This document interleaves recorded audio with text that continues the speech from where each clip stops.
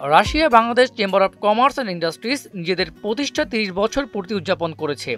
শনিবার রাশিয়ার Moscow রাজিমত Olympic হোটেলে বর্ণাঢ্য এই অনুষ্ঠানের প্রধান অতিথি ছিলেন রাশিয়ায় নিযুক্ত বাংলাদেশের রাষ্ট্রদূত কামরুল হাসান।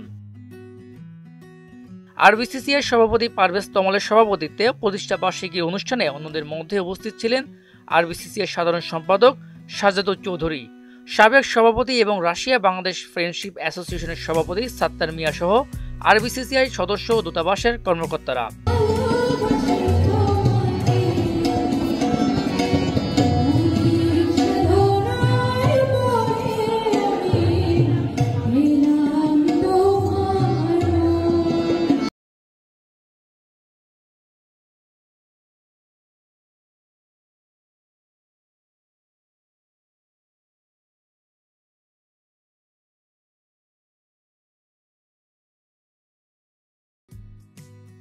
অনুষ্ঠানের অতিথিরা বলেন, বাংলাদেশের মুক্তিযুদ্ধের অকৃত্রিম বন্ধু ছিল রাশিয়া। মুক্তিযুদ্ধ পরবর্তী দেশের অবকাঠামো উন্নয়নে নিঃস্বার্থভাবে সহায়তা করেছে। এ সময় রাশিয়ার ব্যবসায়ীদেরকে বাংলাদেশে বিনিয়োগের আহ্বান জানানো হয়।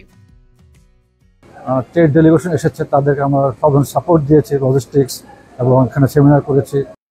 আরবিসিসিআই সভাপতি পারভেজ তমল জানান, বাংলাদেশের কর্মসংস্থান বৃদ্ধি, বিদ্যুৎ ও জ্বালানি খাত, আইটি খাত, হার্ডওয়্যার, ইলেকট্রনিক সামগ্রীর প্রসারে আরবিসিসিআই কাজ করছে। এই কঠিন মার্কেটে এবং কঠিন বাস্তবতায় রাশিয়া ইউক্রেন যুদ্ধতে তারপরও যারা ব্যবসা ক্ষেত্রে খুব ভালো ভূমিকা রাখছে, এখন নতুন সম্ভাবনার দ্বার বাংলাদেশের সাথে ব্যবসার অনেকগুলো খাত, যেখান থেকে বাংলাদেশ থেকে এক্সপোর্ট এবং রাশিয়া থেকেও কিছু ইম্পোর্টের যে র মেটেরিয়ালস এবং এর পাশাপাশি রাশিয়ান টেকনোলজি বাংলাদেশে এক্সপোর্ট করা সম্ভব রাশিয়া থেকে বাংলাদেশ।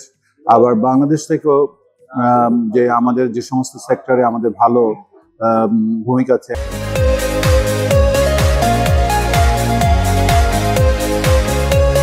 এখন বিশেষ করে অ্যাগ্রোর কথা আমার মাথায় আসে, সেই জায়গাটাও আমরা চিন্তা করতে পারি। ধারাবাহিকতা বজায় রেখে রাশিয়ার সাথে বাণিজ্য সম্পর্ক উন্নয়নে জোরালো ভূমিকা রাখবে আরবিসিসিআই, এমন প্রত্যাশা অতিথিদের। মেজবা রহমান।